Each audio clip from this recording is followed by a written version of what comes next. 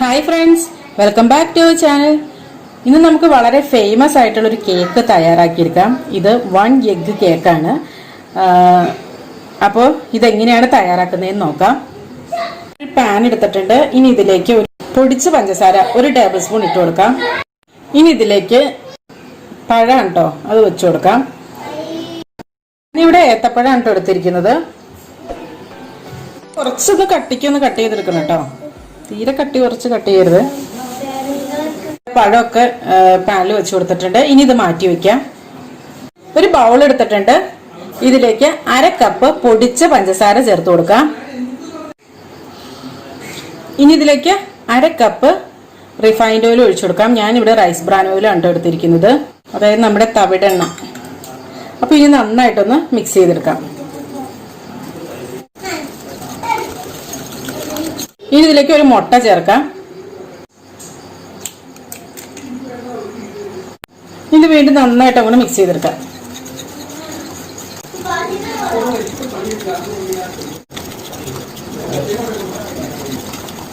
ഇതിലേക്ക് 1 teaspoon vanilla essence ചേർത്ത് കൊടുക്കാം. ഇനി ഒന്നുകൂടെ ഒന്ന് മിക്സ് ചെയ്തെടുക്കാം.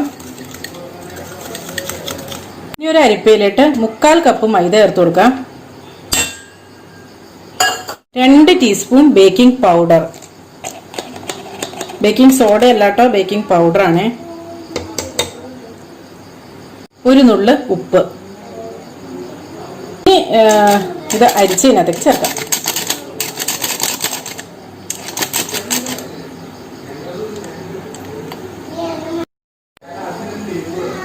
ഇനി ഇതൊന്ന് മിക്സ് ചെയ്തെടുക്കാം.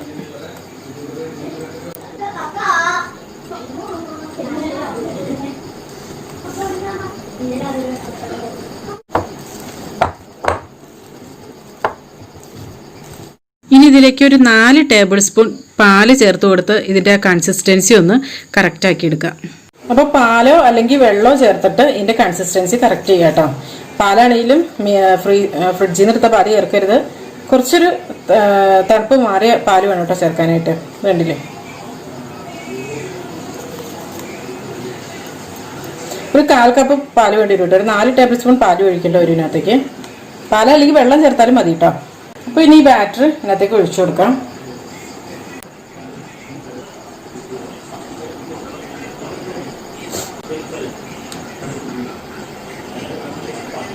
സ്റ്റൗവിലിട്ട് ഒരു പഴയ പാൻ വെച്ച് കൊടുക്കാം. ഞാനിപ്പോൾ ഇത് ഇരുമ്പിൻ്റെ അപ്പച്ചട്ടി ഉണ്ടല്ലോ, അതാണ് വെച്ച് കൊടുത്തണേ. അപ്പോൾ ഇതിന് മുകളിലിട്ട് നമ്മുടെ ആ പാൻ വെച്ച് കൊടുക്കാം.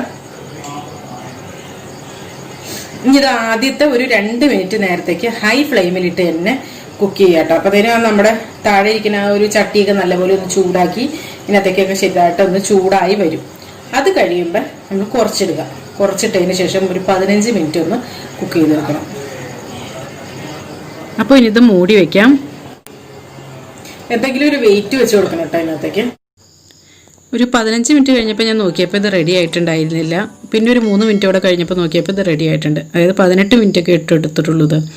അപ്പോൾ അത് കണ്ടോ, നല്ല ക്ലീനാണ്, സ്ക്യൂറൊക്കെ നല്ല ക്ലീനാണ്. അപ്പോൾ ഇത് റെഡി ആയിട്ടുണ്ട്. അപ്പോൾ ഇനി ഇത് പെട്ടെന്ന് തന്നെ നമുക്കൊരു പ്ലേറ്റിലിട്ട് മാറ്റാം. നല്ല ടേസ്റ്റി ആയിട്ടുള്ളൊരു കേക്കാണ് കേട്ടോ. അതിൽ നല്ല സോഫ്റ്റാണ്. നമുക്കിത് കട്ട് ചെയ്ത് നോക്കാം. അപ്പോൾ ഇതെല്ലാവരും ഒന്ന് ട്രൈ ചെയ്ത് നോക്കണം കേട്ടോ. വളരെ ഈസിയല്ലേ ഉണ്ടാക്കാനായിട്ട്. ഒരു മുട്ട ഉണ്ടെങ്കിൽ വളരെ പെട്ടെന്ന് ഉണ്ടാക്കിയെടുക്കാവുന്ന നല്ല ടേസ്റ്റി ആയിട്ടുള്ളൊരു കേക്കാണ്. വൈകുന്നേരം കുട്ടികൾക്കൊക്കെ പെട്ടെന്ന് തന്നെ ഉണ്ടാക്കി കൊടുക്കാൻ പറ്റും. ഇതിന് പ്രത്യേകിച്ച് ഒരു ഡെക്കറേഷൻ്റെ ഒന്നും ആവശ്യമില്ല. അപ്പോൾ എല്ലാവരും ഒന്ന് ട്രൈ ചെയ്ത് നോക്കണം കേട്ടോ. എന്നിട്ട് നിങ്ങളുടെ അഭിപ്രായങ്ങളും നിർദ്ദേശങ്ങളും ഒക്കെ കമൻസിലൂടെ അറിയിക്കുക. ചാനൽ ഇതുവരെ സബ്സ്ക്രൈബ് ചെയ്തിട്ടില്ലെങ്കിൽ പ്ലീസ് ഒന്ന് സബ്സ്ക്രൈബ് ചെയ്ത് സപ്പോർട്ട് ചെയ്യുക. അപ്പോൾ ഇത് കണ്ടോ, നല്ല സോഫ്റ്റല്ലേ, നോക്കി കണ്ടോ. അപ്പോൾ നല്ലൊരു റെസിപ്പിയുമായി വീണ്ടും കാണാം. എല്ലാവർക്കും നല്ലൊരു ദിവസം ആശംസിക്കുന്നു. Thank you for watching Aisha's creations.